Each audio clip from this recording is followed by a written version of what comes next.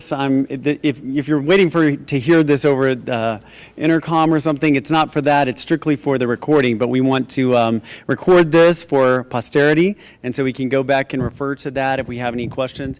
Again, my name is Sean Lewis. I'm the assistant city manager. And how the organization is structured, we have the city manager and two assistant city managers, and each of us as assistant city managers have various departments. The airport is one of the divisions that is in my area of the city, and so that's why I'm up here. And I know many of you because I was the interim airport manager briefly. Thank goodness it wasn't too long for Vance Airport, and enjoyed getting to know many of you, both neighbors of the airport as well as airport tenants.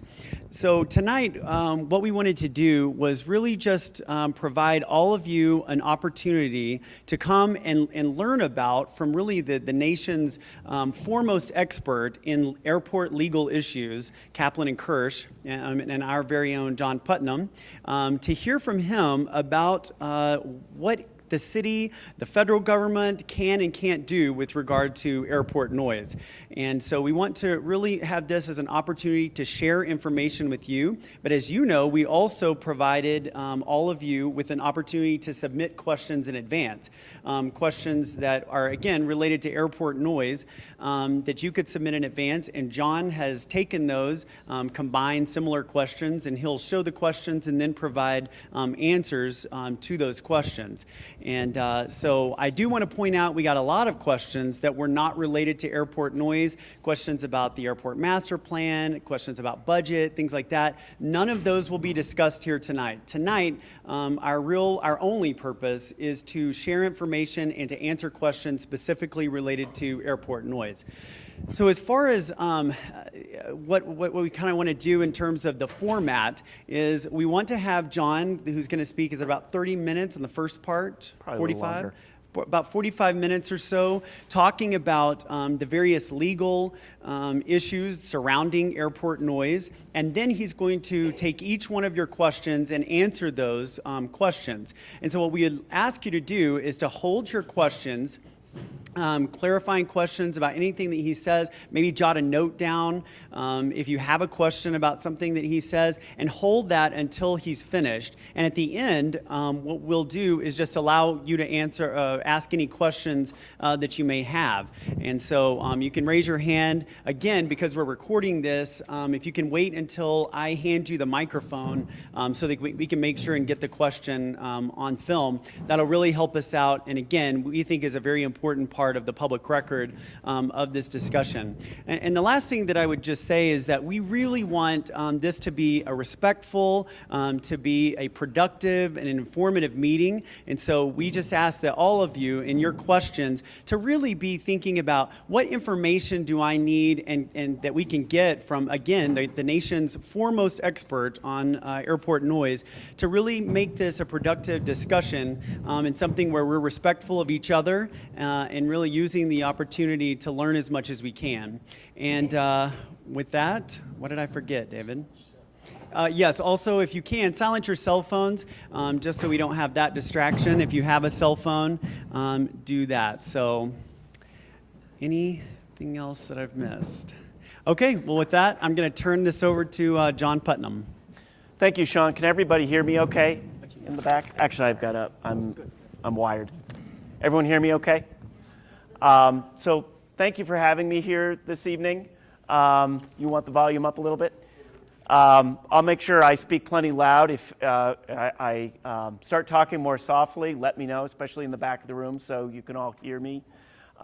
Just to give you a little bit of background about myself and my colleagues, I've been working on airport noise-related issues for more than 19 years now, around the country, from here in Colorado through Phoenix, Chicago, Los Angeles, Naples, Florida. A number of the major cases that we're going to talk about this evening were cases either that I've worked on or my colleagues have worked on. And we're actively engaged with that today. We just brought suit against the Federal Aviation Administration on behalf of the city of Phoenix 2 days ago related to airspace related noise issues. These are kind of our bread and butter, so we've kind of lived with and helped make some of this case law over the last number of years. So I'm going to try to go through the major sources of law. I'm not going to go into immense detail, but happy to answer questions if folks have it.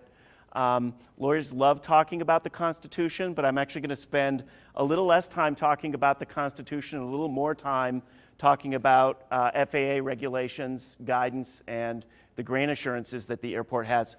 Are your slides available to the public now, or will they be soon? Good question. I'll take the questions later, but I'll ask that answer that clarifying question now.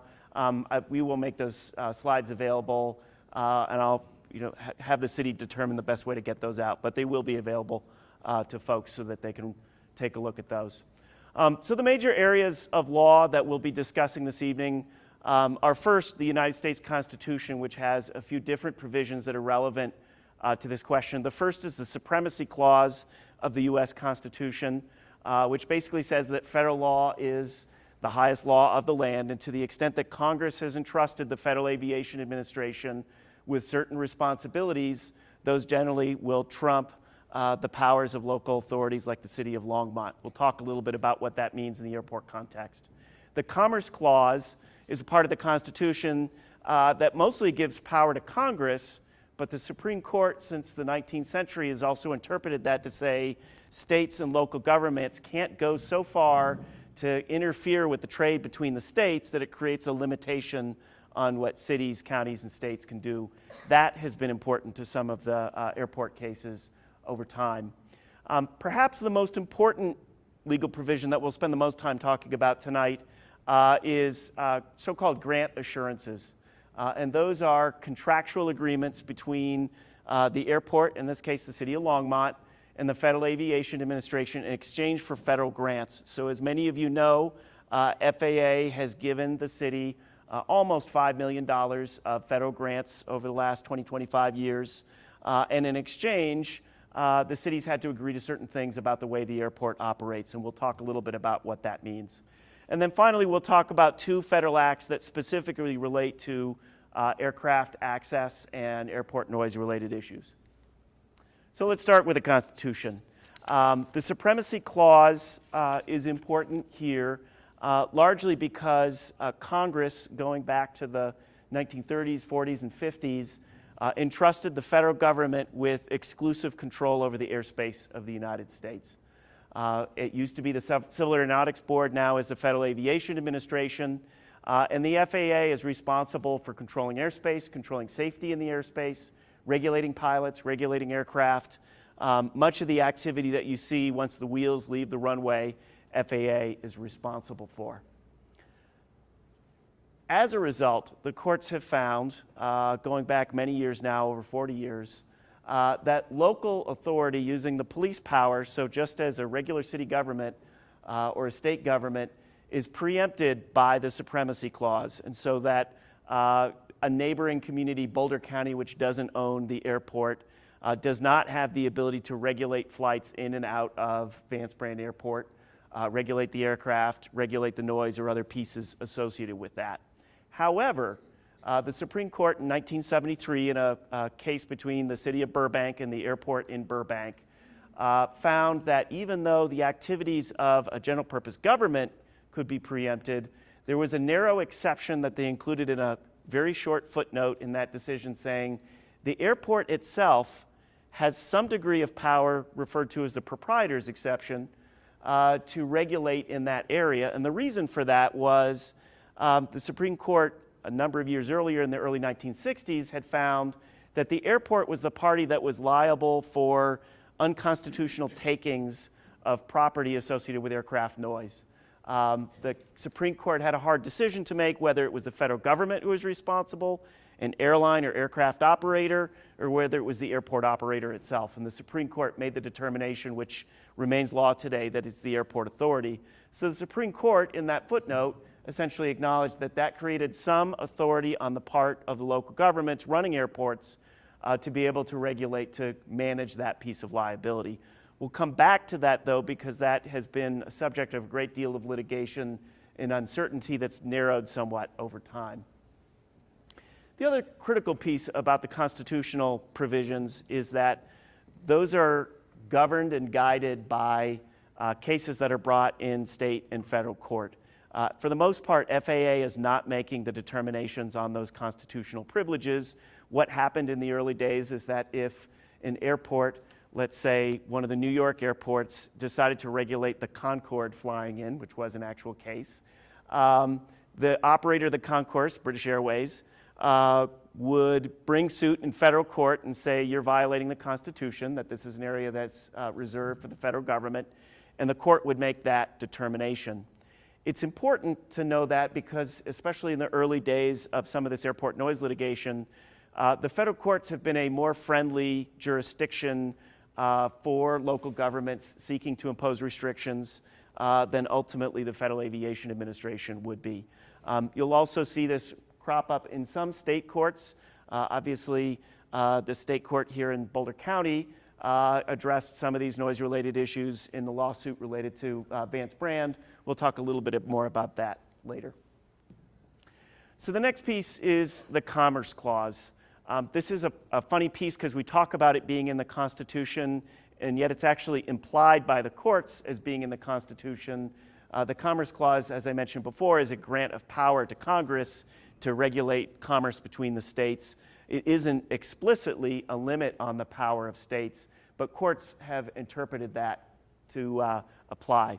So what that has meant in the airport law context is that airports that have imposed restrictions on, for example, the Concorde or certain types of aircraft that might use different airports around the country have applied that Commerce Clause language, and the case law from hundreds of years now, a couple hundred years of court decisions, to try to say, when does a local restriction so impede interstate commerce that it's unreasonable and outside of the power of the state to do that?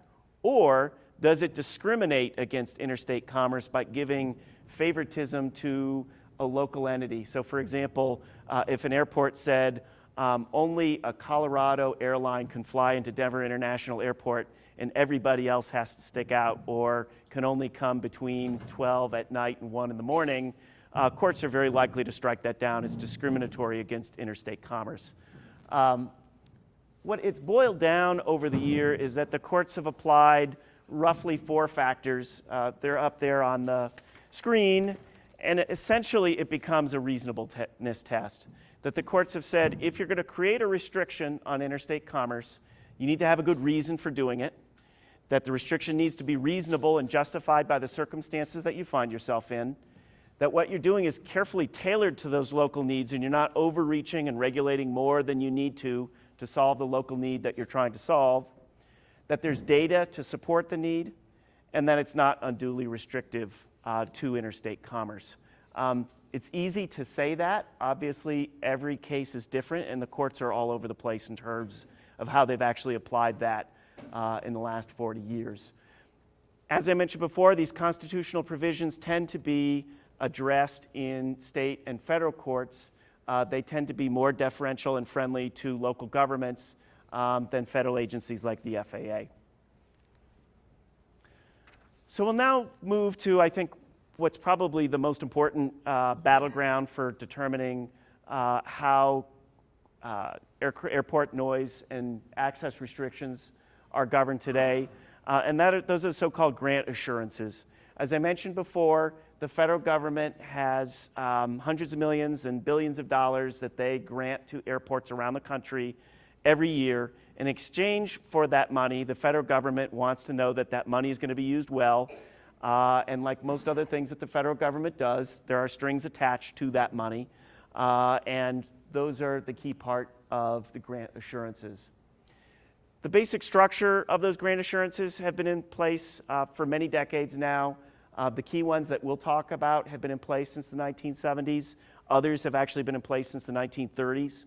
And they are enforced by the FAA. One of the critical things that's changed since some of the early decisions, especially some of the early constitutional decisions, is that FAA has waded into the process of adjudicating some of these grant assurances issues. They did so by creating a new process that's referred to as Part 16, and I'll use that term frequently tonight. What that means is that FAA in Part 16 of the Federal Aviation Regulations created a process by which they would be the administrative court that determined whether or not an airport was in violation of these grant assurances. And that can end up in front of FAA in two different ways. One, FAA can discover a concern and raise the issue themselves, bring the airport in and say, look, we don't think you're in compliance with your grant assurances, and unless you come into compliance, we're going to cut off your eligibility for grants. If things get particularly serious, they can actually try to pull back grants that have already been issued. A pretty significant factor when you consider that these grants are critical for most airports being able to provide for the capital needs of the airport, maintenance, building new facilities, building safety and security facilities. It's a really big part of most airports, especially smaller airports, financial structure. The other way that Part 16 is triggered is that a person who's affected by a grant assurance violation, usually a user of the airport, an airline, a pilot, a person who owns a hangar or other sort of facility airport, can bring a complaint in front of the FAA that will start what's the equivalent of like being in state or federal court, but instead it's in front of the Federal Aviation. That is then goes through a administrative hearing process in front of the FAA, is appealed to the associate administrator of the FAA. If either side is unhappy with FAA's final decision, that can then be appealed to the Federal Circuit Court of Appeals, which happens rarely, but it does happen. This is the critical grant assurance that we'll talk about tonight. 22A, it just rolls right off the tongue. Everyone wants to talk about 22A. Essentially what 22A does is the federal government says, look, if we're giving you money to run your airport, you need to make the airport stay open, and you need to make sure it's providing reasonable access. The last thing the federal government wants is to provide billions of dollars of assistance and then have someone close the doors and not able to use that airport. And so the actual text, as that you can see there, has a few different pieces in there. It does acknowledge that airports can make reasonable rules governing the access to that airport. However, the key piece is that that has to be reasonable. The other issue is that it has to be a rule that avoids unjust discrimination. A lot of question about exactly what that means. We'll come back to that a little bit later tonight. But the airports have power. They don't have unlimited power. And indeed, that power is quite limited and is becoming more limited. So how does this work? When the Federal Aviation Administration provides a grant to an airport like Vance Brand, the grant assurances that are provided are in effect for the life of the improvement of that, or the life of a particular improvement that is being funded. So for example, if a new runway is built or if a new runway pavement is put to replace deteriorated pavement, that generally is supposed to last for 20 years, and so the federal government generally applies these for 20 years. They cap the applicability at 20 years. However, there are some circumstances where the FAA has said that a particular improvement may only last 15 years, in which case the grant assurances would last only 15 years. One of the things that's important about how this grant assurance requirement is enforced is that it puts the initial decision-making into the hands of the FAA. The FAA's role and responsibility is not just to regulate pilots and aviation operators, but also to promote aviation in the United States, especially in the airports branch, which governs these pieces. So they tend to be, shall we say, very skeptical of airport-related restrictions, much more skeptical than the average federal or state judge. And that has practically meant a much tougher scrutiny of airport noise and access restrictions since roughly the late 1980s, but certainly since the mid-1990s. The cases have been much more difficult. And as noted in there, FAA has become especially aggressive in those administrative decisions, some that they've brought themselves. So for example, in the case of the city of Santa Monica, the airport imposed safety restrictions a number of years ago to limit the types of jets that could fly to Santa Monica Airport on safety grounds. Santa Monica Airport, if any of you have been there or haven't been there, is a fairly small airport that has limited safety overrun areas at the end of each runway. And at the end of one of those runways is basically a mesa drop-off, and at the bottom of that drop-off is a residential community. So the airport had made a determination that they really needed to restrict some of the biggest, fastest jets that are most likely to overrun the runway, and when they overrun, run farther and have a greater likelihood of ending up in the community. They did that, and FAA immediately suspended their grants, leading to a few years of litigation in which FAA zealously said, we are the final arbiters of aviation safety, and the courts agreed with them and ultimately struck down that safety-related restriction for Santa Monica. The other one we'll talk about a little bit more in response to folks' questions is the City of Naples. The Naples Municipal Airport Authority imposed a restriction on the noisiest business jets in the early 2000s.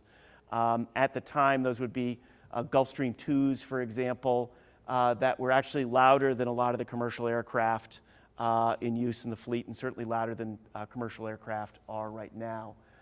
Naples imposed a restriction saying none of these Stage 2 aircraft, which were the noisiest business jets at the time, could use that airport.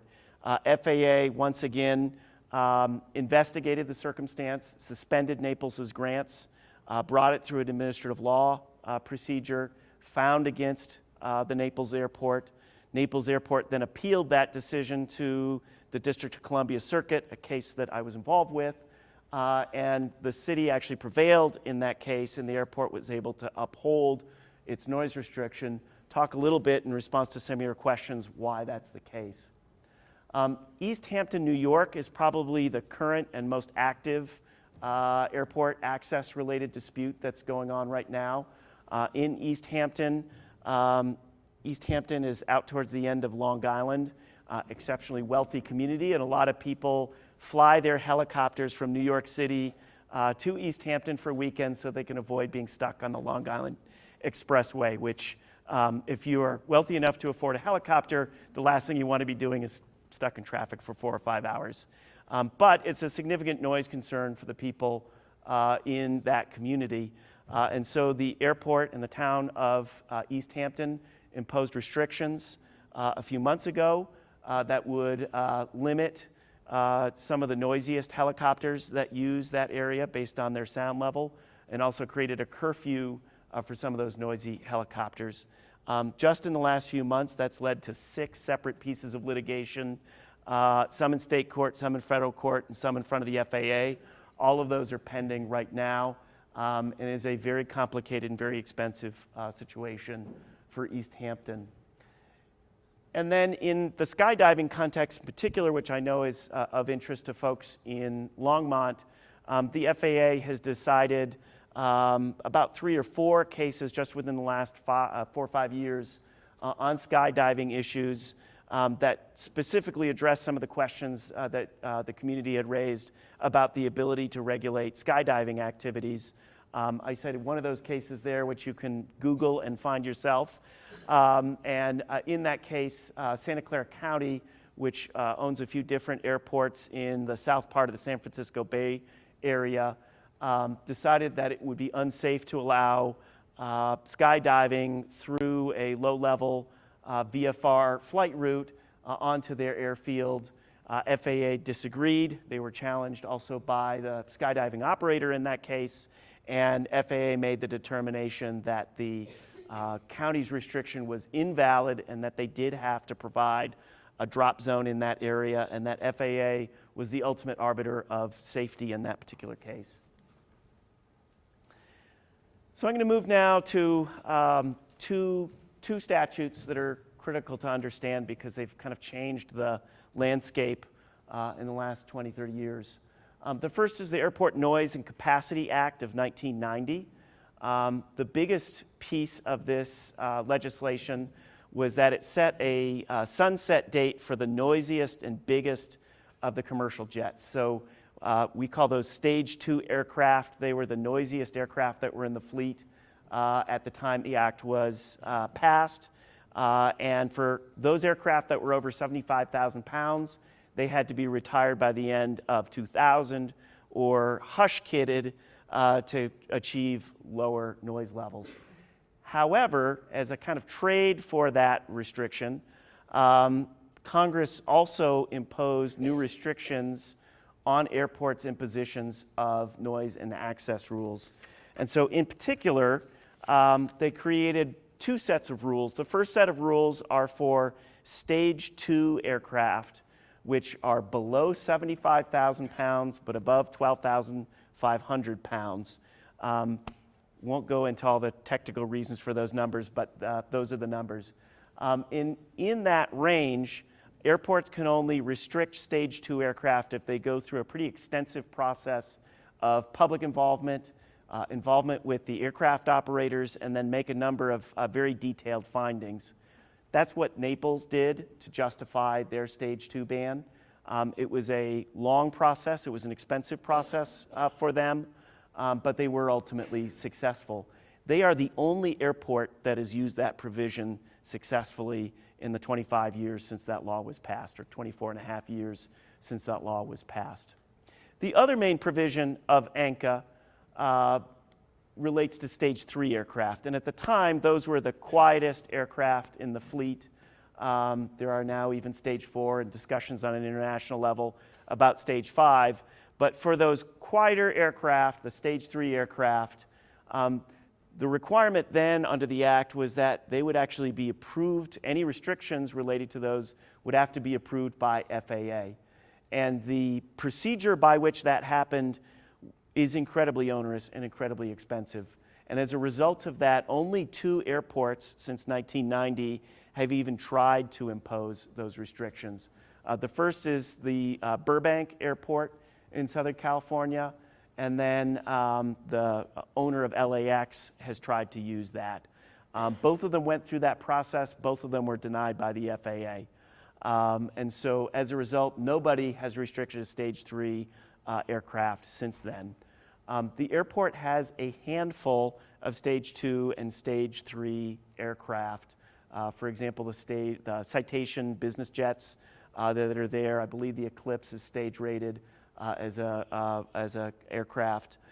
The vast majority of the airport activity, however, is not subject to ANCA because it's not a Stage 2 or Stage 3 aircraft. So the last statute that I'll talk about tonight is the Aviation Safety and Noise Act, or ANSA, or ASNA. And that is also referred to by the regulations that FAA passed to implement that, or so-called Part 150 regulations.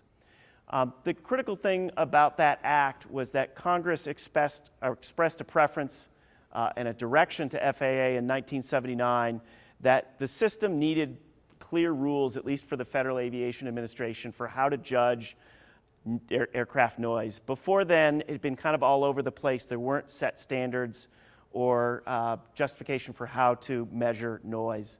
So the first thing it did was create a federal framework for how to measure noise, how to report noise, and then when noise is significant. And so one of the issues that's come up around Vance Brand Airport is the concept of the day-night level of noise. So as I'm talking to you right now, I'm probably, if any of you have a handheld meter, you can correct me if I'm wrong, I'm probably talking to you about 70 decibels or something like that. It's an instantaneous measurement. You hear how loud I am. When I stop, the noise drops down considerably. It picks back up when I talk. What FAA determined in the early 1980s was that a cumulative metric, a kind of average metric over a period of time, better tracked, in their view, community reaction and community impacts than the instantaneous noise level that you might get from an individual overflight or from a train horn or any other source of noise. And so they mandated that for FAA's purposes, they use the day-night level. FAA then went on to say, okay, we need a level by which we're going to judge significance for our own purposes. So for when we're doing our environmental impact statements, when we're making decisions about how to hand out money, that what's a level that's compatible with residential development, other types of development that's out there. And they chose a 65 decibel threshold. Happy to answer questions about how they got there. It's a long explanation.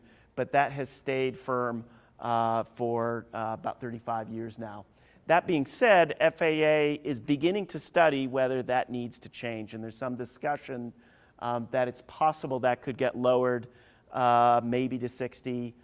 It's hard for me to believe that they would lower it much more than that, but it's possible. That's unlikely to happen, I think, for, if you ask my guess, at least 3 to 5 years and maybe longer.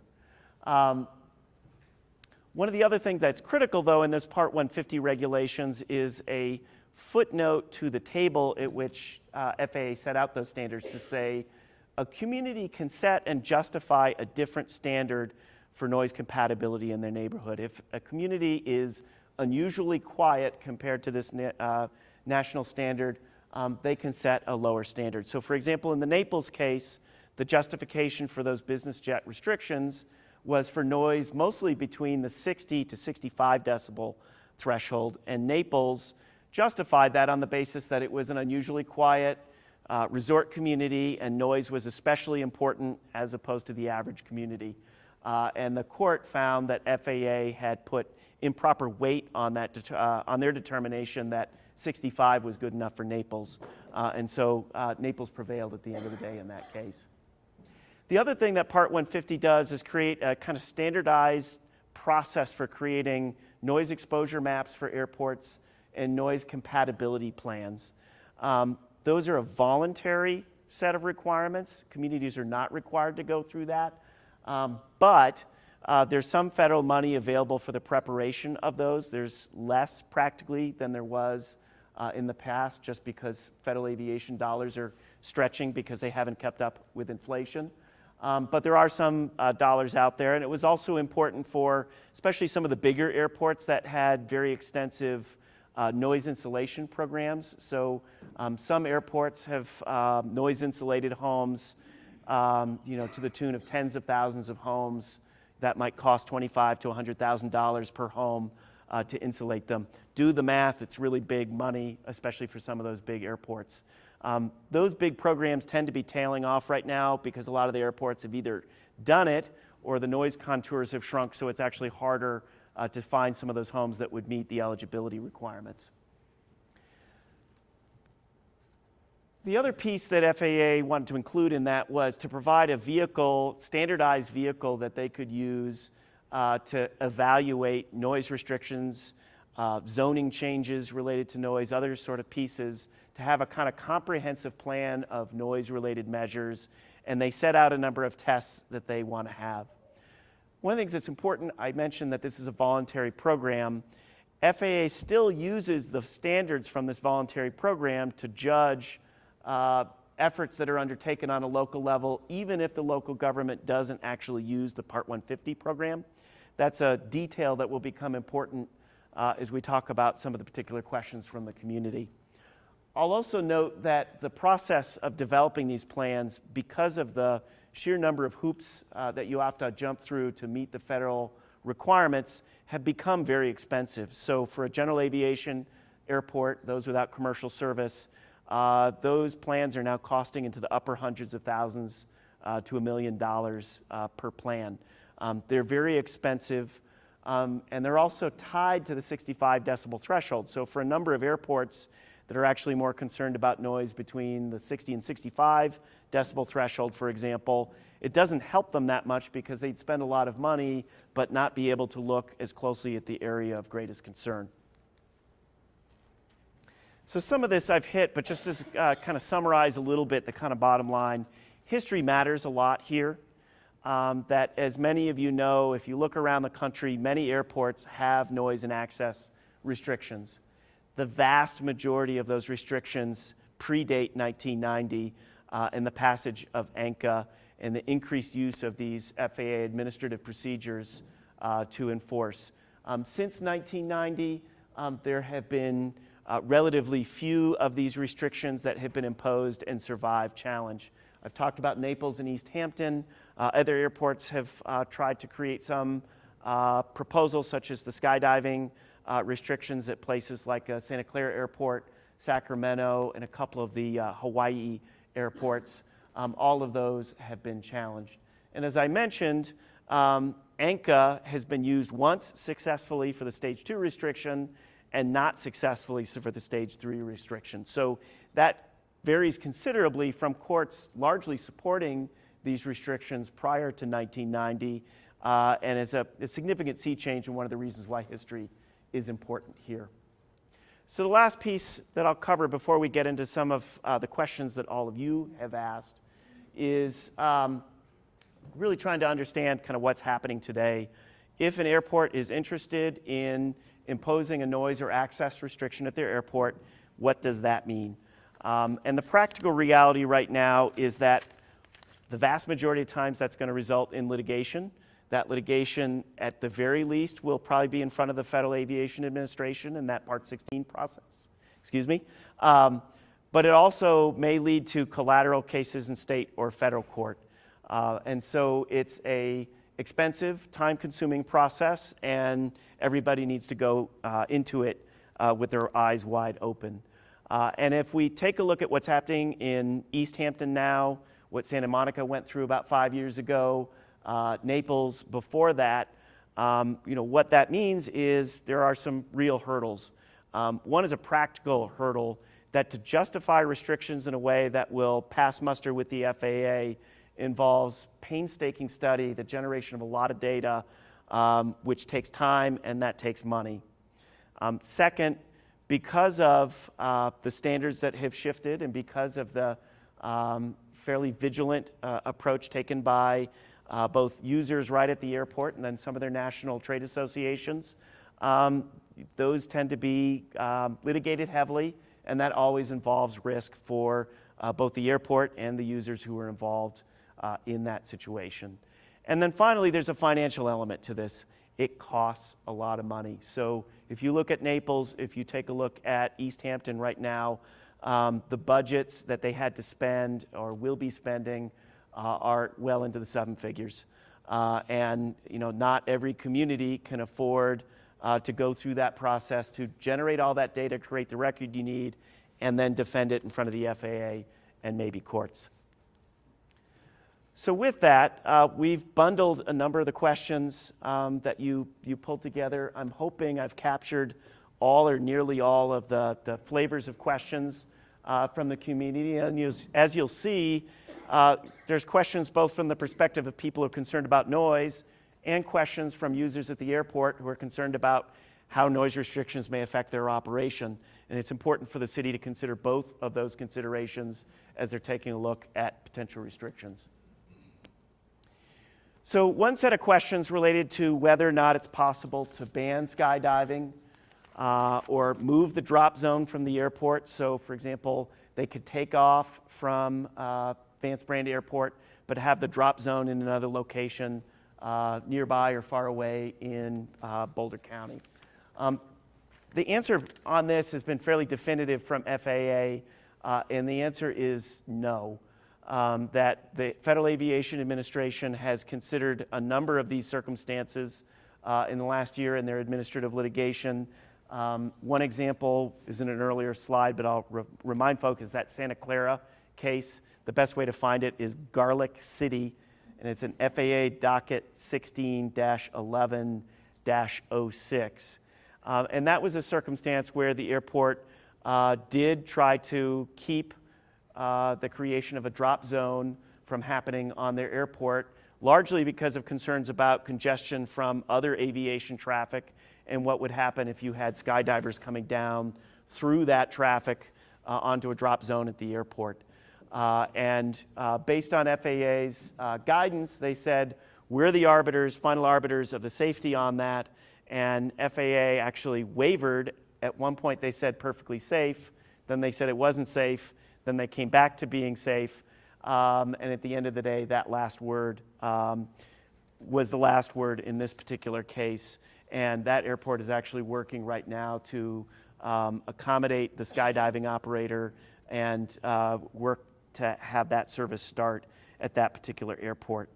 And I'll note there is the outside chance that FAA might conclude that it's unsafe at a particular airport, but I think that's exceptionally unlikely in Longmont's case for a couple reasons. One, the FAA already approved the flight box procedures, and they wouldn't do that unless the activity were safe, at least from their perspective. And then secondly, in that Garlic City case, they actually used Longmont as an example of when skydiving activity could happen through a low altitude VFR route. And they noted that because it worked at Longmont and a number of other airports, I think they cited 7 or 8 airports in there, that it would work in Santa Clara County as well. As a result, I think it would be a stretch to think that it's likely FAA would approve or find that the activity that's been going on in terms of having a drop zone at the airport would be unsafe. The other question, whether it's possible to create an alternative location, absolutely possible to work with the county to establish an alternative drop zone around Boulder County. The question is, can you make people use it? And the answer is probably not. You might be able to incentivize people to use that facility, but based on that Garlic City case and some of the other cases that came before it, very unlikely that you'd be able to mandate that an operator would use that facility. So the next related set of questions actually came from both sides of this particular issue, and that related to kind of where the city could go, must go, is going on the question of the creation of noise plans. And so one of the questions was, why are we talking about this? Doesn't the airport already have a noise plan? And the answer is yes, sort of. It does have a noise plan. It has a voluntary noise program, and the voluntary noise programs have been very successful at a lot of airports around the country, and depending on pilot compliance with those programs, can be very successful in reducing community access to noise. But the key piece is it's a voluntary program, and it's not something that the city can enforce by levying fines or stripping people of access. It's ultimately up to the pilot and to the FAA how, for example, flights are flown over the community. So the question is the city going to impose a mandatory requirement beyond that or create some sort of plan, and whether I have any particular recommendation on that front? And the quick answer on that is I haven't been hired or directed to provide a recommendation to the city to either provide a noise plan or not provide a noise plan. My role has really been to kind of lay out what the rules of the road are here, or the rules of the air in this case, so that the city can make an informed judgment and the community can have an informed conversation about whether it makes sense to pursue any of those issues. So at this point, no decisions have been made one way or the other, and I'm not making a recommendation one way or the other on that front. So now we get to an issue that we talked about and is really one of the tricky areas in the law and one of the hot spots in front of the agency and in front of the courts right now. And that really kind of gets at the question of, can an airport justify noise and access restrictions for noise levels that are below that 65 DNL threshold that we talked about? And the answer is that airports have done it. So Naples is a classic example of airports that have looked beyond the 65 decibel contour, and they've been upheld. So Minneapolis, Minnesota is another example where they were able to justify providing noise insulation to homes within the 60 decibel contours. A couple key things that are important to know there, though.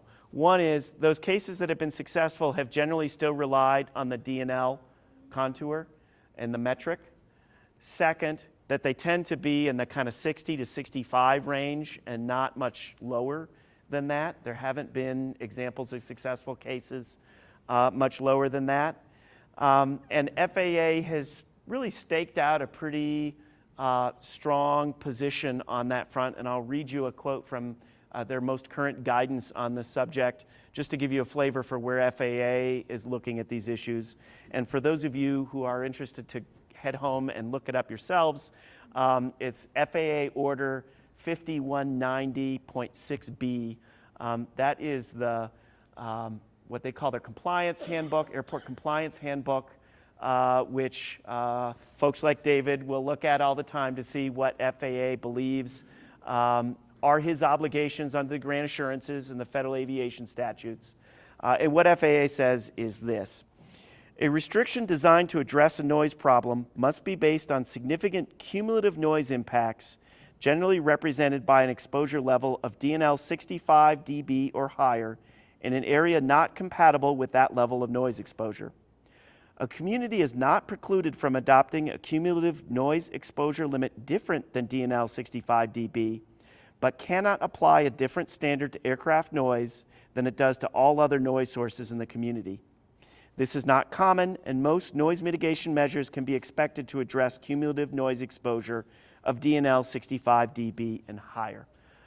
So that's, and for those of you who want to pull up that's in chapter 13 of that document. What that means is that if you're looking outside of the 65 decibel contour, you have a much higher standard that you're going to have to go into the Federal Aviation Administration with. It's been done. It will probably be done in the future. But you're really going to have to do your homework, and it's going to be very difficult to do, and the results are uncertain. So the question then is, do you want to run that gauntlet? And that's a policy question for each airport, each city to address. In the Longmont context, the recent litigation and lawsuit related to Mile High, I think, is going to make that showing very difficult because of the court's findings related to DNL levels in the 30s rather than 60 or 65, even 55, and the court's findings about the extent to which the noise caused annoyance in the community. Even though that case is not binding on the city, and I'm sure the city would fight any attempts to make that binding, FAA is likely to put weight on that decision, and I can guarantee that they probably have a copy of that decision, and someone in any administrative proceeding would make sure that FAA had that. So that's a factor that I think is important to know in the particular Longmont context here. The other question that was posed kind of in the similar area is, what's the role of the kind of general noise ordinances? County has ordinances, city has ordinances, state has regulations on the levels of noise that are acceptable in community. And the question is, do those apply to aviation related sources? And for the most part, they don't. The county actually has an exception for that. The state regulations have an exception for aviation noise. And the court in the Quiet Skies case actually found that the city ordinance would be preempted, at least as applied to aviation sources. That being said, cities could create, or counties could create, a well-documented level of compatibility.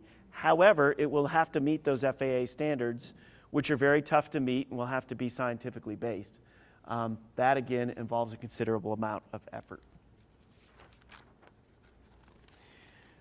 So next category kind of roughly fell into the question of these Part 150 studies that I talked about. So one set of questions revolved around the question of, do we have to do one of these? Is there something about the court decision? Is there something about just operating an airport that would require us to do a Part 150 study? The answer is no. The Part 150 study is a voluntary process. It's not mandated by the federal government. And indeed, and this goes into the second question, it is not required as a prerequisite for imposing local noise or access restrictions. That's a place where I actually disagreed with one of the findings, legal findings, of the court in the Mile High case based on FAA's own position. That being said, it doesn't buy a whole lot because from FAA's perspective, you still need to have the substantive equivalent of what would be in a Part 150 study to justify why you would impose noise and access restrictions. So you still need to understand what the noise effect is on the community based on all those noise metrics. You need to understand the population. You need to understand the effects. You need to understand what the various types of operations happening at the airport contribute to that, and then what particular restrictions would do. It's a fair amount of work. It's doable work. Airports are doing that. East Hampton did that, and we'll see how that turns out. Category 5, a kind of cluster of questions related to can the airport require that some of the louder airport or aircraft not be used. Some were specifically directed at the aircraft that Mile High operates. Some were more general question. I'll start with the kind of easier question, which is the ones aimed at the specific aircraft that Mile High use. I think those are going to have very difficult challenges with discrimination because there are actually louder aircraft that use the airport as measured by FAA standards.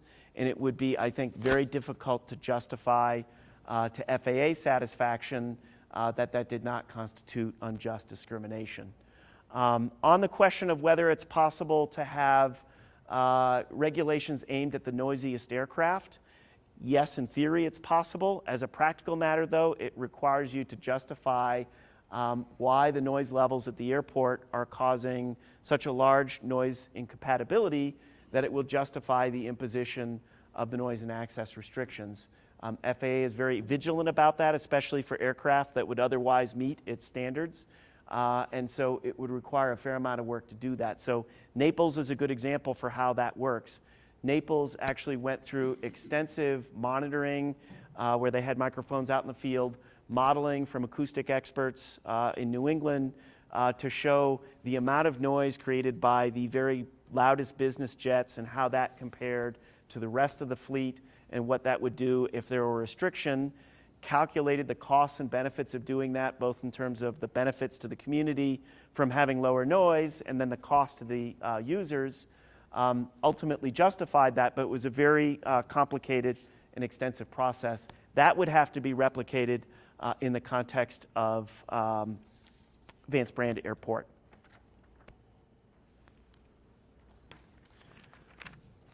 So the sixth category of questions that we received was whether or not it may be possible to impose licensing restriction on the jumpers from Mile High's operation.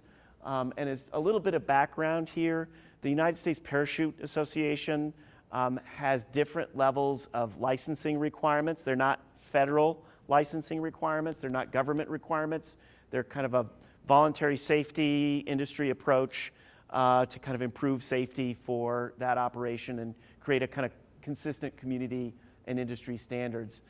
In there, they have different levels of licensure, from A, being relatively new, relatively inexperienced jumpers who may need more space in a drop zone because they may not have the pinpoint accuracy of somebody who's done hundreds or thousands of jumps, all the way up, I think, to D is the highest category. And so the question was, can we require one of those higher licensure requirements to make sure that the people who have the greatest capacity to really nail the landing are the ones using it and not have some of the other jumpers?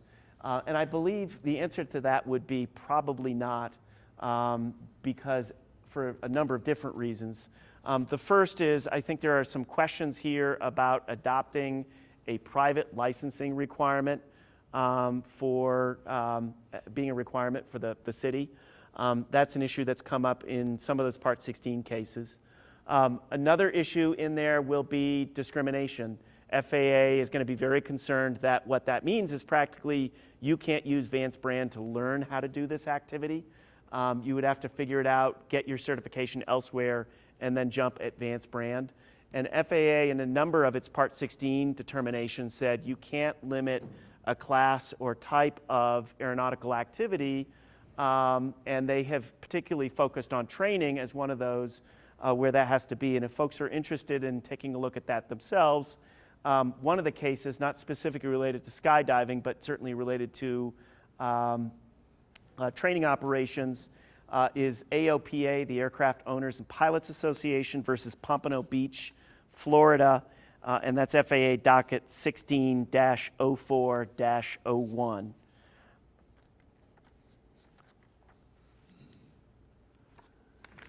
So the next category, a number of different ones, and I probably won't go through every possible permutation, but to what extent did the airport have not necessarily a ban on a particular type of activity, but instead operational restrictions and rules to try to reduce noise, to try to reduce safety-related hazards.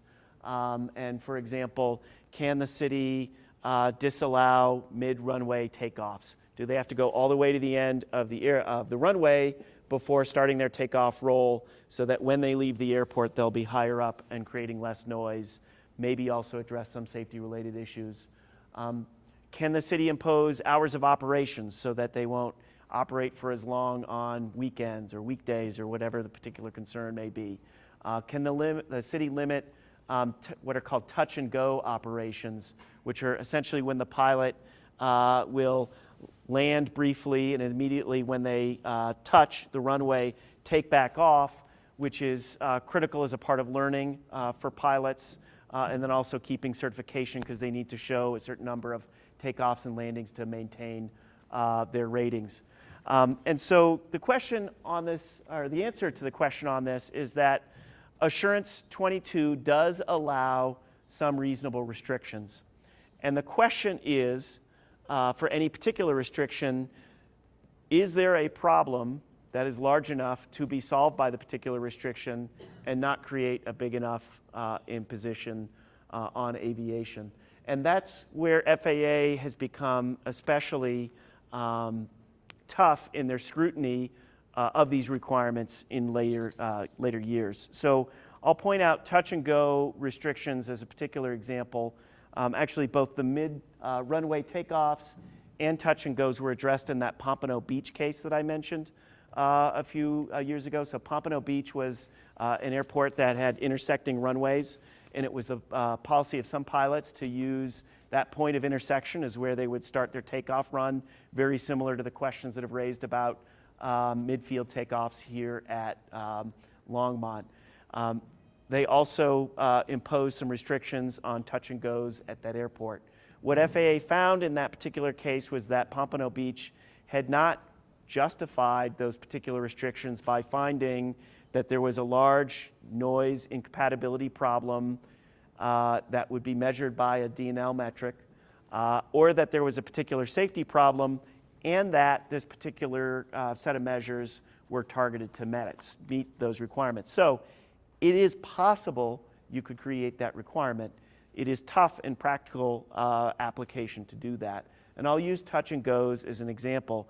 FAA noted that touch and goes are important as part of pilot training and said that they would be especially tough at taking a look at those requirements, because if you make it hard to do pilot training or impossible to do pilot training, it pushes that training to another facility. And one of the issues that they will look at is not just the particular effects at that airport, but what does it do to the system? And they're investing in airports not just so they can have Longmont Vance Brand Airport, but they have a whole system of airports because in their view, it works only as a system. Another question was raised because one of the pieces of FAA guidance and advisory circular from, I believe it was 1983, that's cited up there. In there is a matrix that indicates that the airport proprietor does have the power to limit the number of operations, the type of operations, type of aircraft used, without getting FAA approval. That guidance is out of date at this point, in large part because it doesn't reflect the ANCA Act that I talked about earlier. To the extent that aircraft are not subject to Stage 2 or Stage 3 classification, they're still technically right because you don't have to get FAA approval before imposing those noise and access restrictions. However, you're subject to FAA's judgment after the fact, which would require you to go through that extensive process. So while it is possible to impose those restrictions, they are still subject to the considerable constraints that the Federal Aviation Administration has been imposing. So next set of questions really relates to what about these grants? Can we just give the money back and be able to impose restrictions? Can we close the airport if we give the money back? If we can't give the money back right away, can we stop taking money and then close the airport sometime in the future? How do these grants end up working? And the bunch of answers to that. The first is that FAA is entered into this contract because it wants to have the benefits to the aviation system, and therefore FAA's policy has been that they're not just going to take the money back and allow people to get off of the grant assurances unless there is a benefit to civil aviation in doing, and that's the main test that they use. And so there have been circumstances where, for example, Denver shut down Stapleton Airport and opened a new airport. They released the grant assurances for Stapleton. You don't have to keep that open because it's closed. But they get a bigger benefit, which was a new airport, more noise compatibility, all the other sort of things that they got. Those are the sort of circumstances where FAA has released airports from their grant obligations. Those are pretty few and far between, and they're rare in the circumstance where you would just close one airport or restrict or release the grant assurances for one airport. The other kind of extreme circumstance is if you have an airport that's been destroyed by a natural event, the sponsor doesn't have the money to fix it, they're probably not going to kind of put them on the hook to do the impossible to reopen. But they're pretty extreme circumstances in which that would happen. So then the question is, can you wait out the clock, not take federal money for a number of years, and then close the airport at some point in the future, and when would that be? And the airport has taken money in the last few years, so it's really looking at almost 20 years probably before it could use that type of strategy. But it's out there. East Hampton has done that. Santa Monica has done that.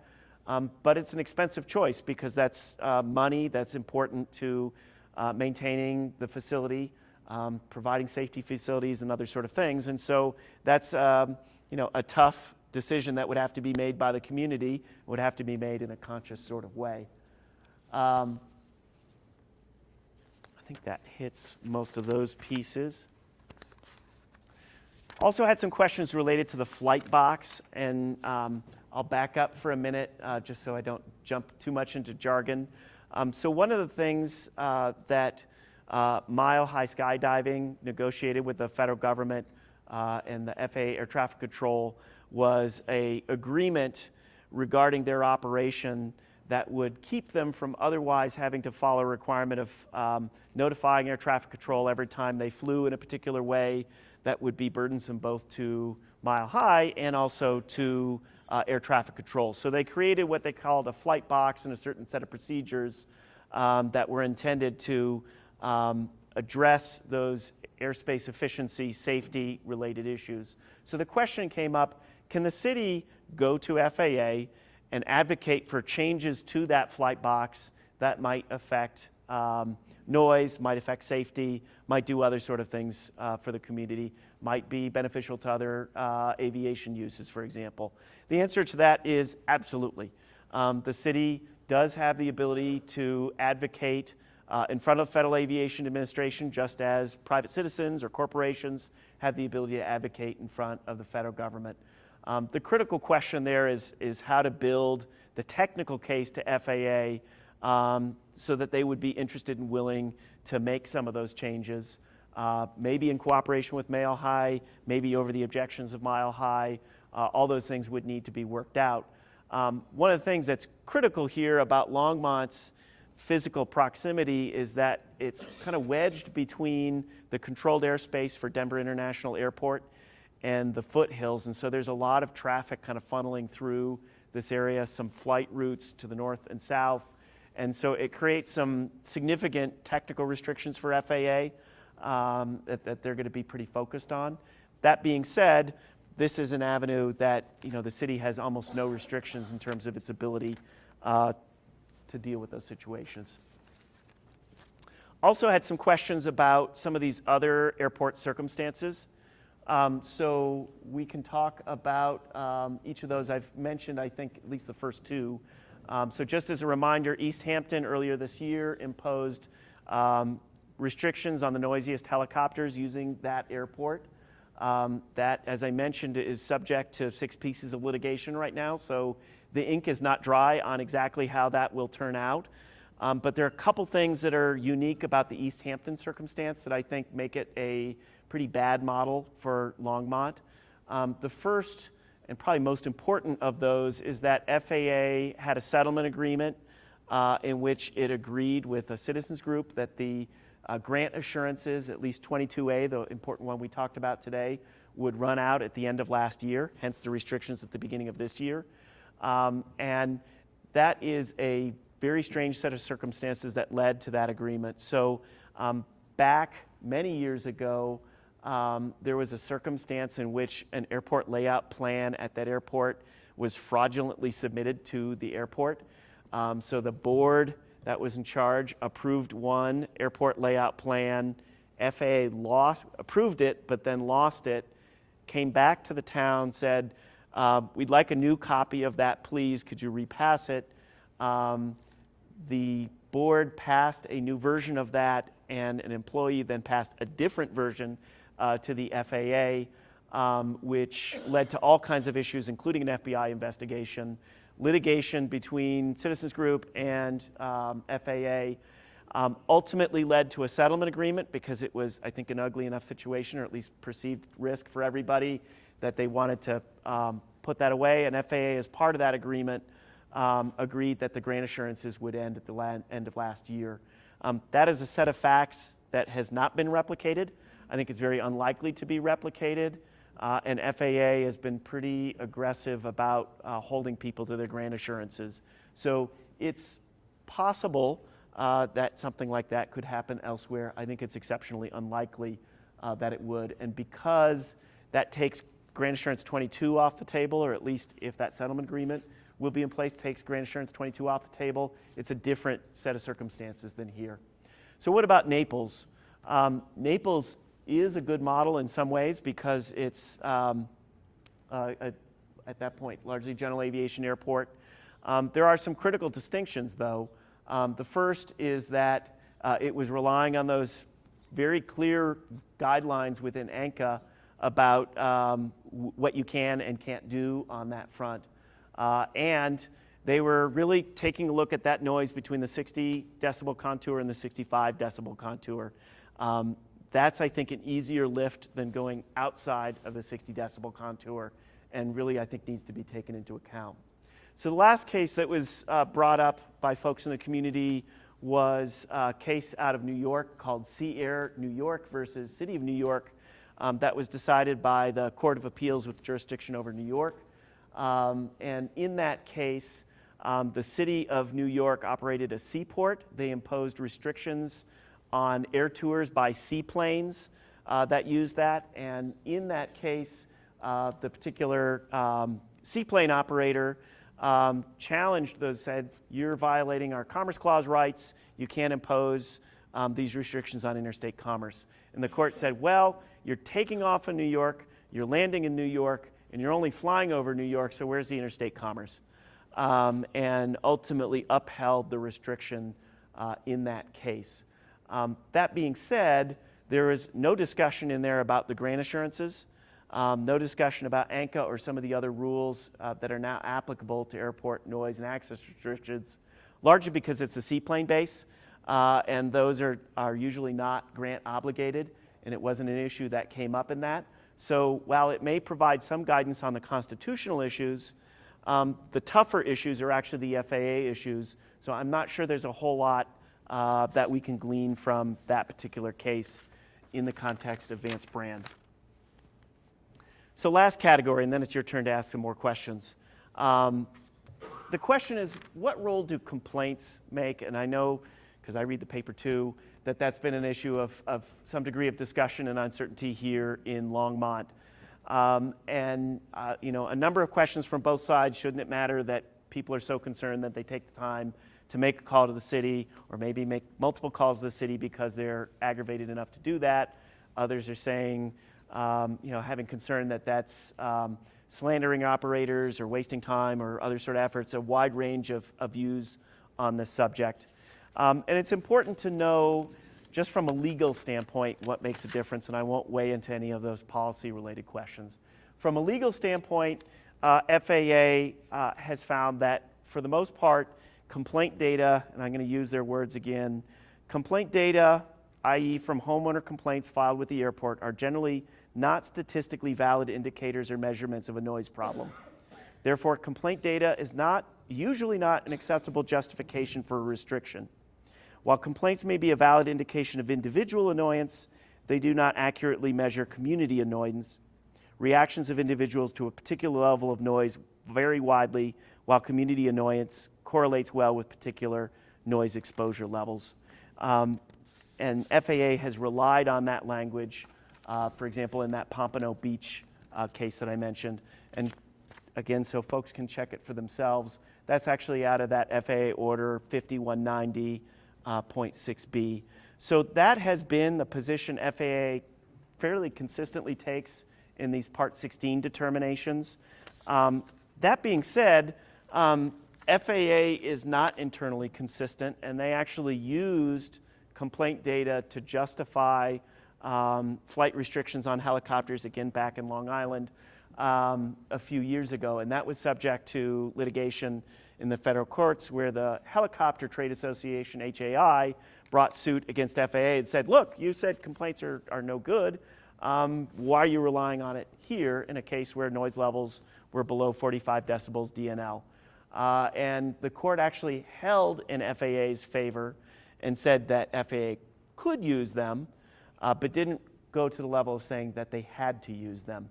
So it's left the entire aviation community scratching their heads and with a great deal of uncertainty, and will be an issue, I think, that will come up in litigation over the next couple of years about what that means for that particular guidance. With regard to the other questions about what kind of complaints should count, whether the city is investigating the kind of validity of any of those complaints, the city doesn't investigate those complaints, and for the most part across the country, they don't. People have a First Amendment right to petition their governments to raise grievances with what's happening. The city runs an airport. If people are concerned about what the airport is doing, they have a right to provide those. The real question is what you do with that information, and that's ultimately a policy call.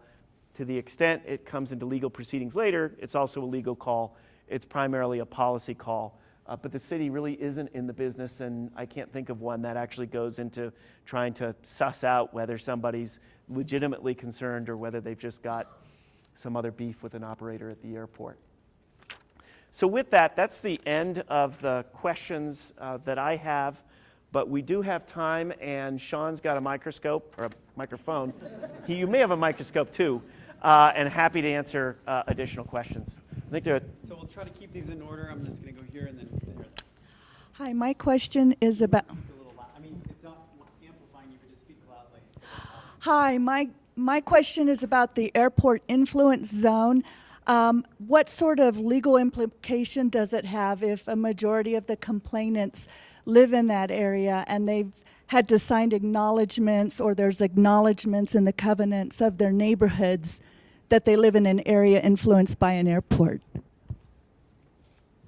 So in case folks didn't hear it, the question really is what's the legal significance if complaints are coming from an airport influence zone and people may have had to sign a noise disclosure, or they might be subject to an easement that came up in their title search, or had some other mechanism by which they would know that they lived in that area. There are only a couple of places where it has a direct legal significance. The first is that the federal government in that ASNA statute provides liability protection for airports that have gone through the Part 150 process and people buy within the contours identified with that. It also, to the extent it's an easement, provides protection, and then also some protection, even if it's just notice, to the airport in case of noise takings or nuisance case against the airport.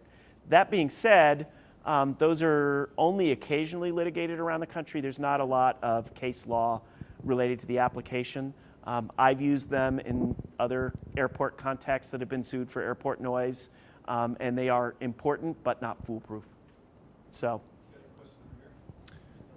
I understand the 65 decibel level, but what is the significance of day-night when giving that terminology? Why the DN, day-night? Good question. So for those folks that didn't hear, the question was, for this DNL metric, the day-night level metric, what's the significance of day-night? And I should have explained that. The way that this metric is set up, the FAA recognizes that noise is more annoying at night when people are trying to sleep and when the community may generally be quieter, so aircraft noise may kind of stand out a little more. So for each aircraft operation during a 24-hour period that happens between 10 o'clock and 7 o'clock in the morning, they add a 10 decibel penalty on top of that. So if the aircraft were flying over at, let's say, 72 decibels, it would be counted as 82 decibels for purposes of counting that average, so that if you had more nighttime activity, it would cause a higher DNL level. And that's especially important at like big commercial operations, Chicago or Los Angeles, where you're going to have flights happening regularly into the late night hours and early morning hours. Probably less of a significant factor here in Longmont. Next question. Based on the FAA's restrictions on discrimination, what are the chances that another jump operation could start up here at Vance Brand? Is there a restriction of how many jump operations you can have? So the question was, and it's a good question, are there restrictions on the number of jump operations that could happen, and is it possible that another skydiving operation could move into the airport? And a different set of grant assurances than the one we've talked about address that question. If there's, I guess I'm going to have to compete with the storm here. If there's a second operator who's interested in entering the airport and there's land available, there's an obligation on the part of the airport to make it available to another aeronautical use. And the airports are forbidden from creating what are known as exclusive rights. Exclusive rights are basically you can't have the airport create a monopoly for a private party.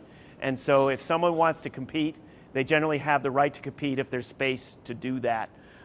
That being said, it's relatively unusual to have that circumstance just because folks usually don't want to move into a place where there's already competition and they find some place where there may not be competition. And just, again, raise your hand if you have a question. An administrative question was there a Category 10 slide? I think you went from 9 to 11. Was there a question that didn't get answered or asked? Good question. Let me take a look. I don't think so. I think I Okay, and badly also numbered at the a end real of the day. question. We hear that there are so many barriers, so many obstacles to do anything, yet there was some remarkable case in Chicago where the mayor, if I remember correctly, the mayor shut down a small general aviation airport, X's, airport shut down. How can something that dramatic and drastic happen and we can't even turn down the noise at an airport in Boulder County? Is that a legitimate question?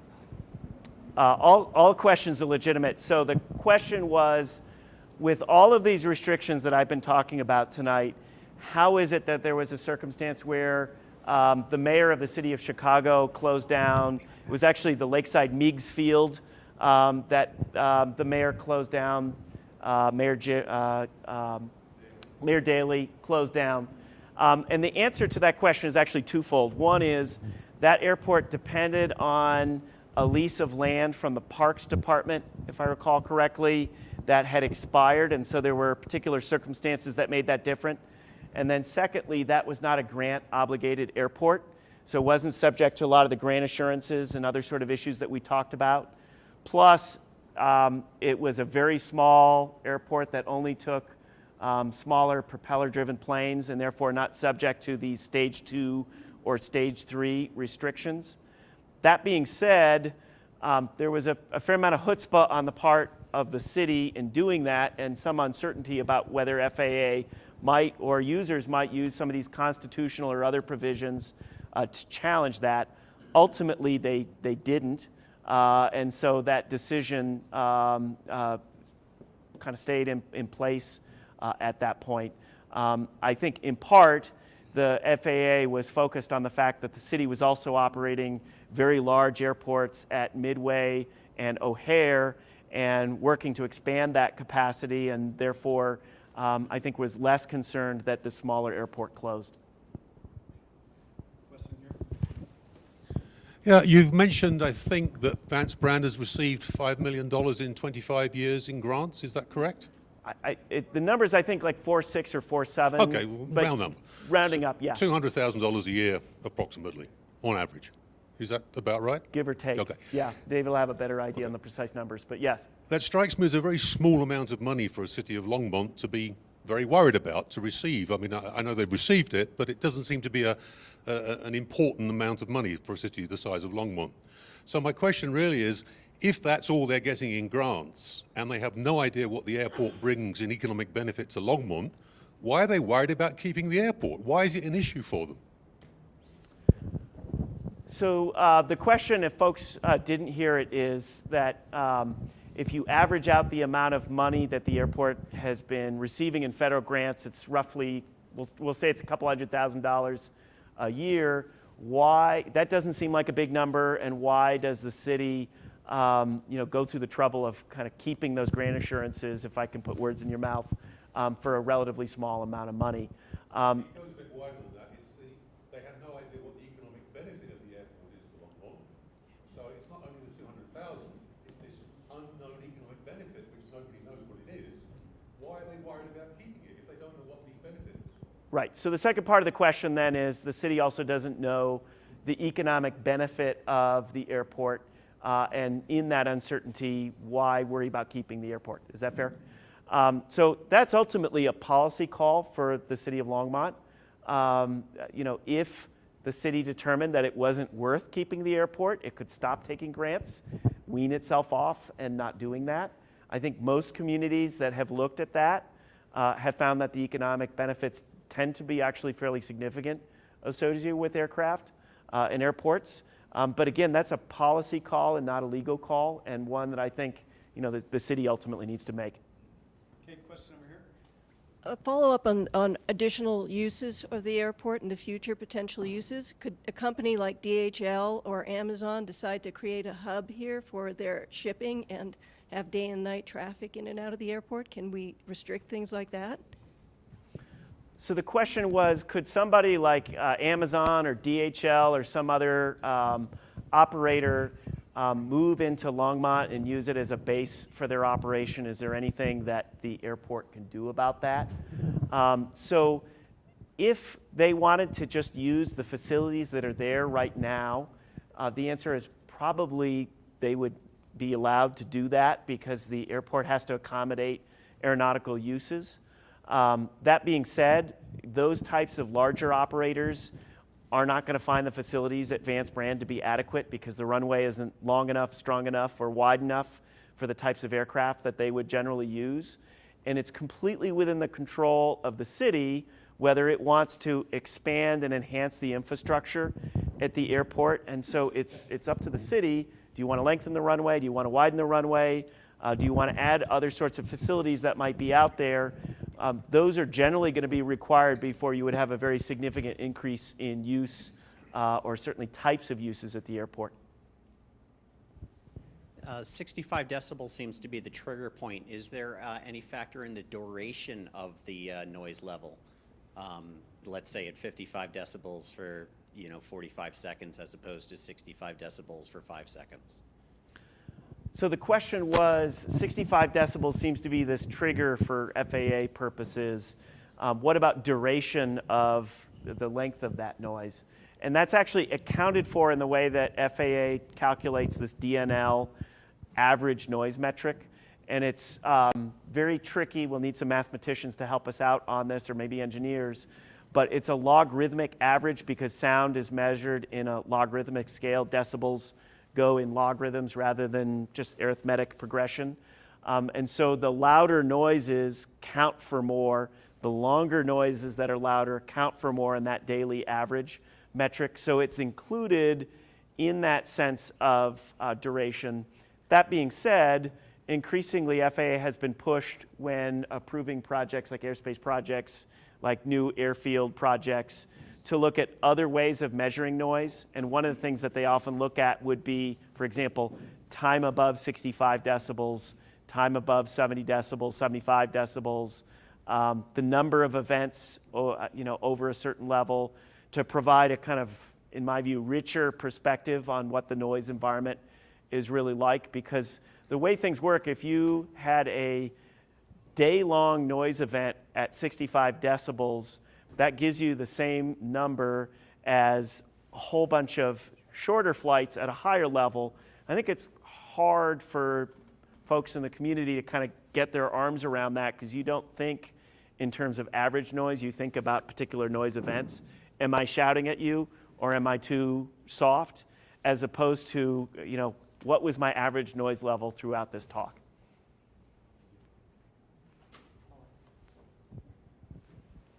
Suzanne, also had a question about how the noise is measured, because it was my understanding from what you said last night that the noise was averaged. For instance, if 5 events happen over a course of an hour, and they last a total of 25 minutes or 30 minutes, they are averaged over that hour what noise doesn't happen. So in other words, it would be as if I electrocuted somebody at 500 volts 5 times during an hour for about 25 or 30 minutes, but it got averaged out so that, it was only like 250 volts. Do you see what I mean? Is that, do I understand correctly that that's the way it's being measured? Because, to the guy who's being electrocuted or the people who are listening to the noise, it makes a huge difference. I'm just wondering if I understand that correctly, that the whole hour dilutes the the measurement. So I'll try to restate your question real quickly here, which is just trying to understand how the averaging works in this day-night level metric. And the answer is yes, it is an averaging metric that you don't generally have a plane hovering over you for 24 hours a day. And that's what DNL tries to measure, is a 24-hour average. In some helicopter circumstances, maybe, but for most general aviation, you have an aircraft go over, it starts getting louder, it peaks, and then it goes down, then it's quiet for a while, or there may be other sources in the neighborhood, then another plane will come by, peak, and drop down. And what FAA's noise metric will do is average that out over a 24-hour period, and then they add the 10 decibel penalty from 10 o'clock at night and 7 in the morning. And I can assure you there is a raging both policy and scientific debate about whether that's appropriate. And I've been part of that debate and have my own views on that subject.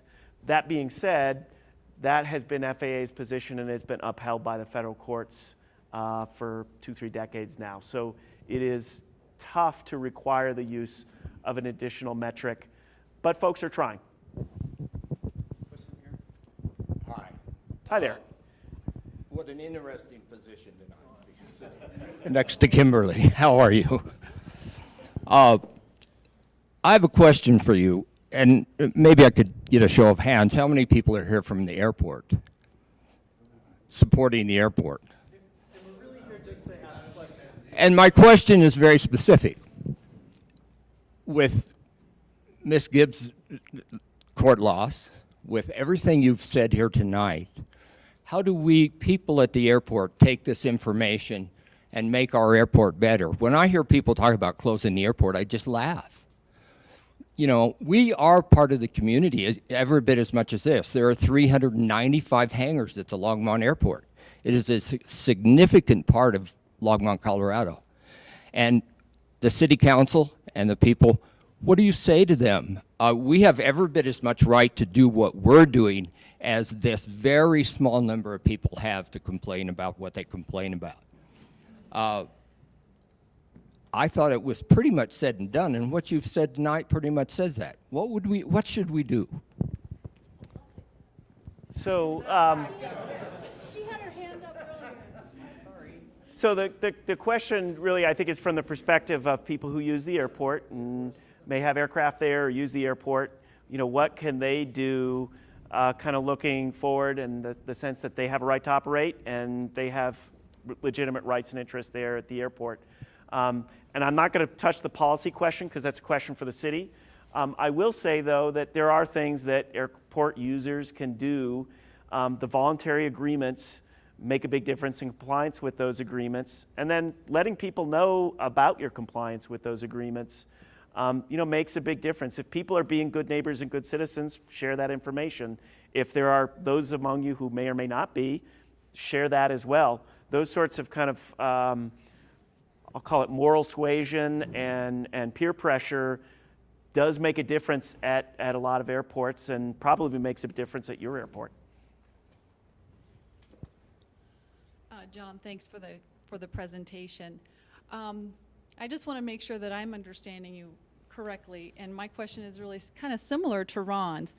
As you went through each of the categories, outlining, talking about each category of questions and what can be done, the answer for each of those categories that asked how to reduce noise was no.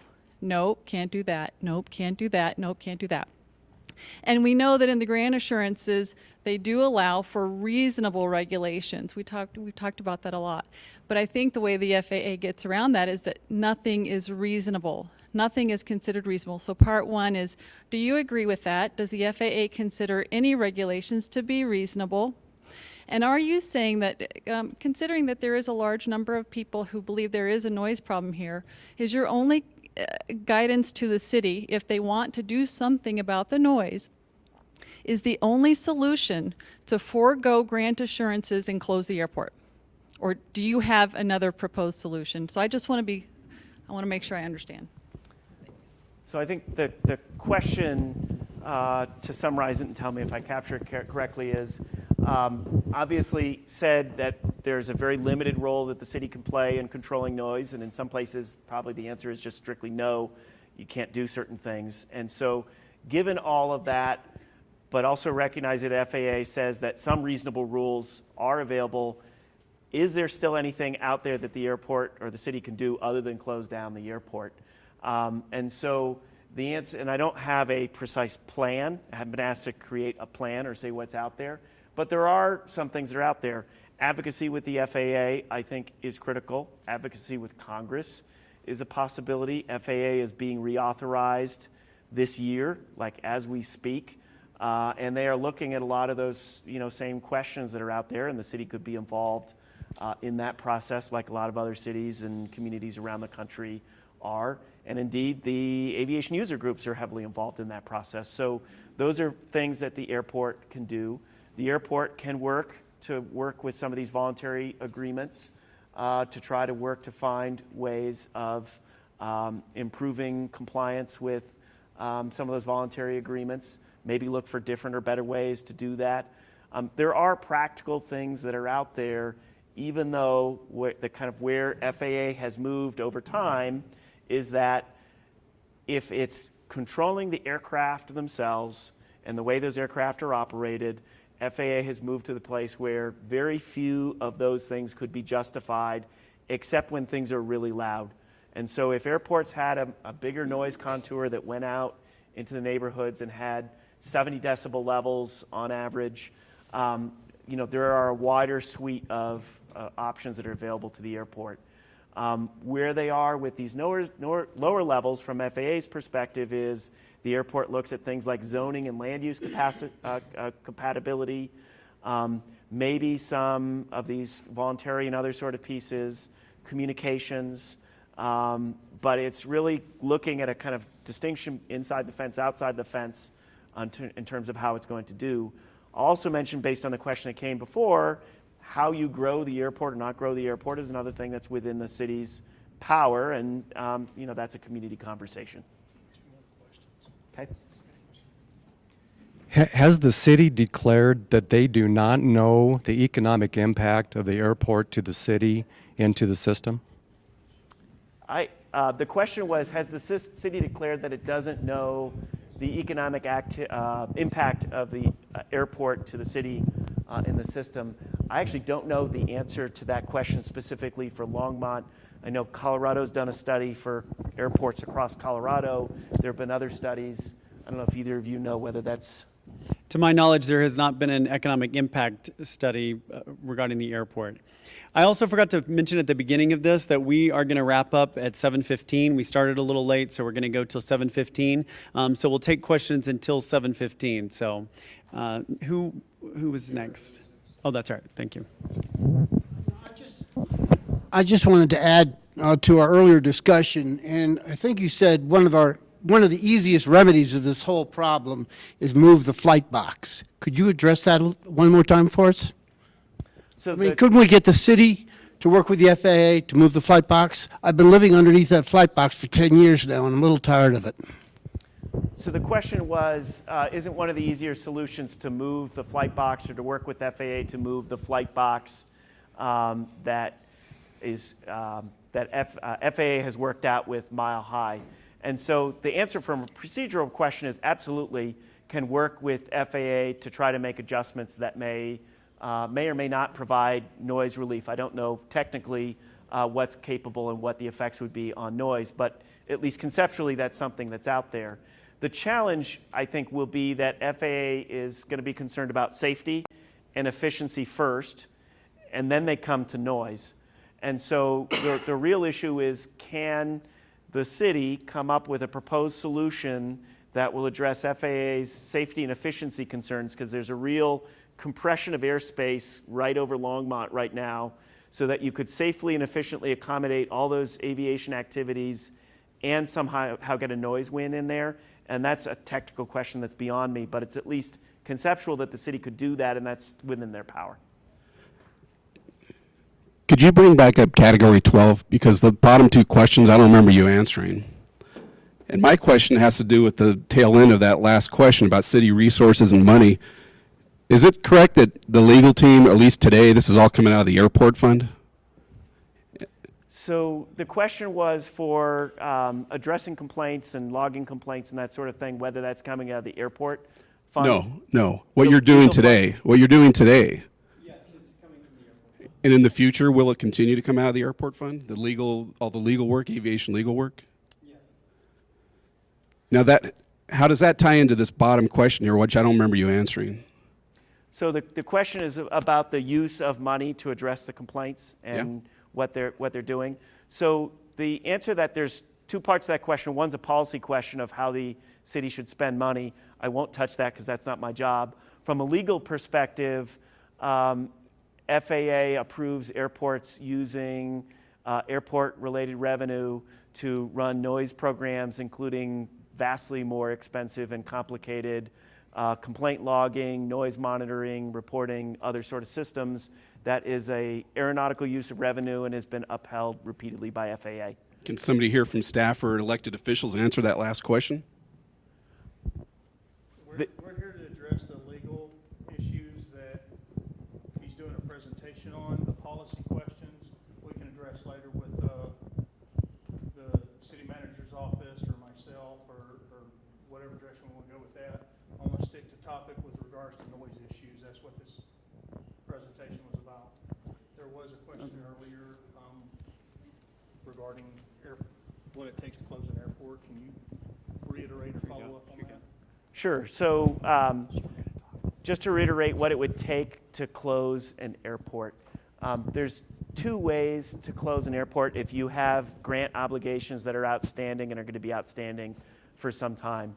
The first is to stop taking federal money and basically let the clock run out on whatever life is left of your grant assurances, get out from underneath the grant assurances, and then you can make a policy call on what you want to do with your airport.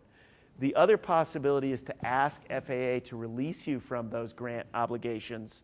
But as I mentioned earlier in the discussion, unless FAA is getting some civil aviation benefit for doing that, their policy would be not to grant that request. Just points of clarification.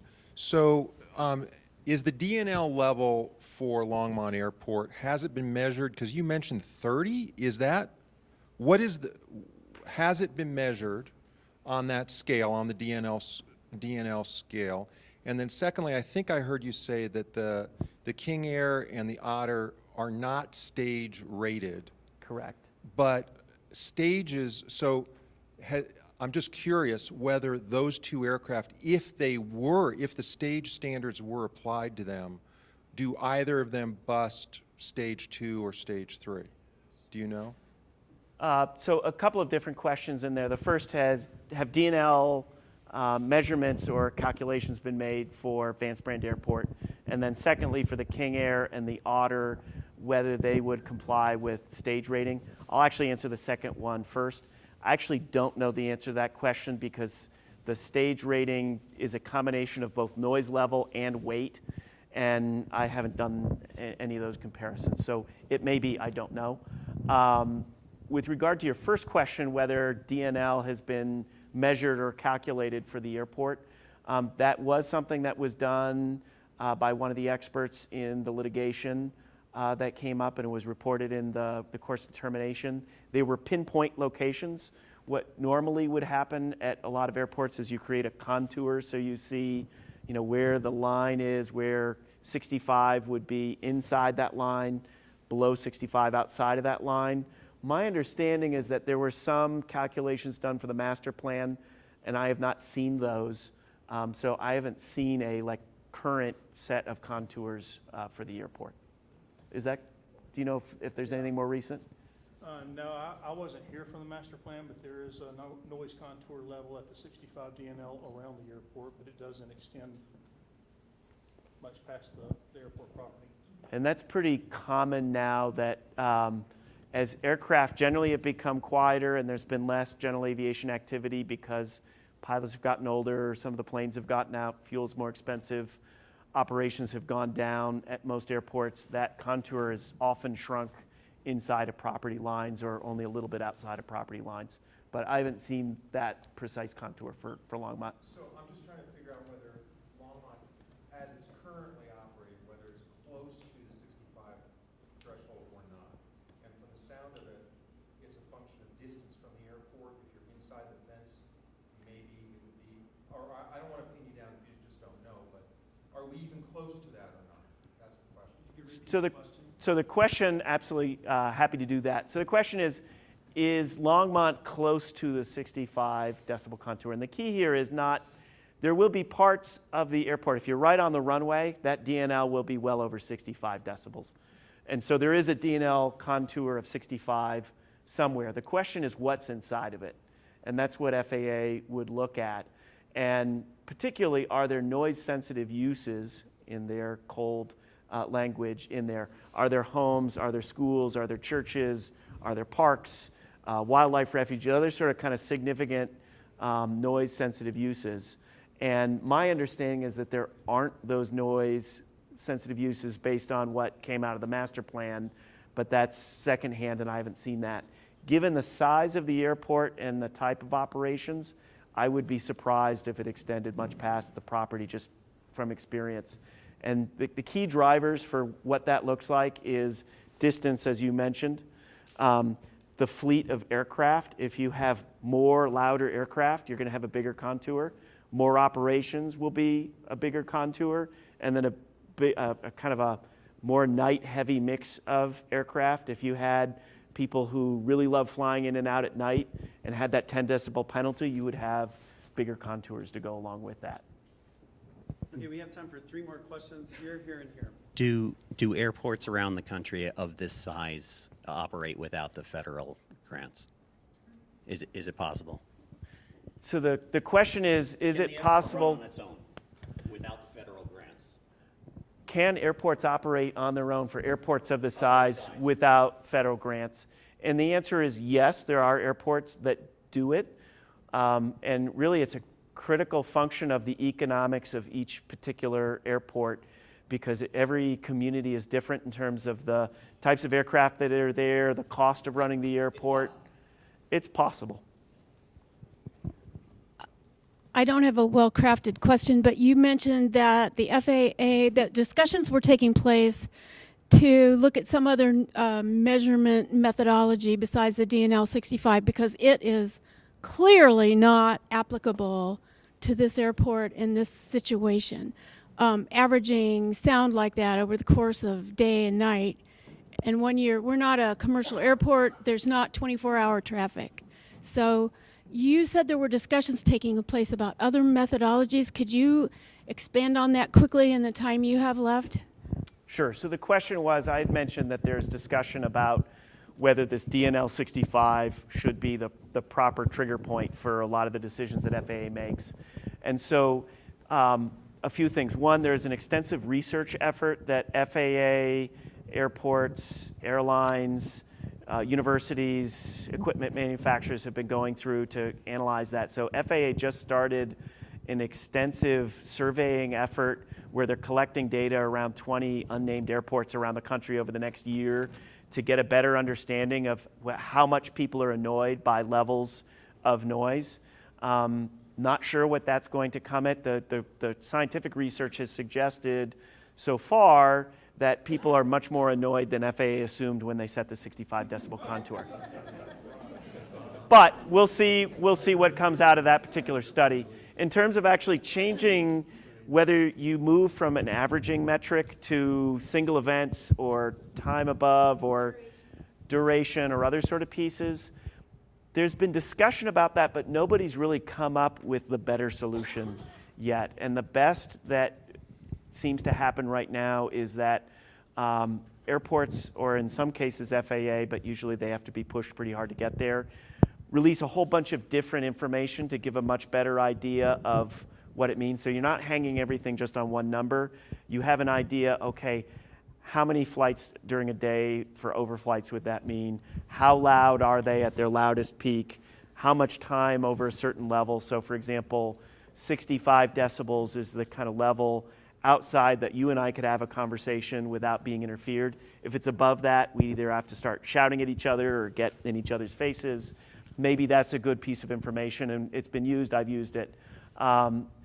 Not clear where that's going to settle out, and ultimately, that has to go through rulemaking at FAA, which is a complicated process, or Congress is going to have to make a decision. And those discussions are happening as part of the reauthorization process in Washington right now.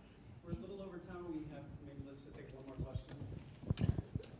My question is really a point of clarification relative to the DNL 65, and I just want everyone to know they can get that chart of the noise map out of the master plan that was put together in 2012, 2013.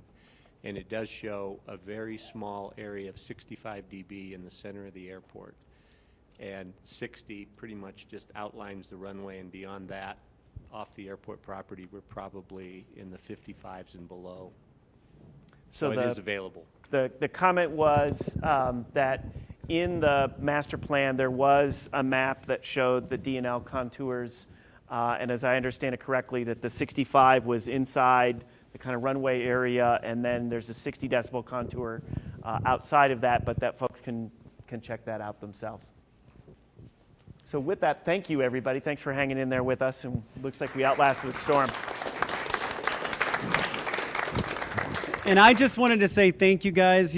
I've been to lots of very contentious public meetings, and you guys were great to work with, and appreciate your respect of each other and our process. And if you have any other questions, David is available. David, of course, Slater is our new airport manager. And last but not least, the presentation that you saw tonight will be on the airport webpage by noon Friday at the latest. So you can get that on the website. We'd rather not email that to 100 people that were here, so we'll put it on the website and you can get it there. Thanks for coming.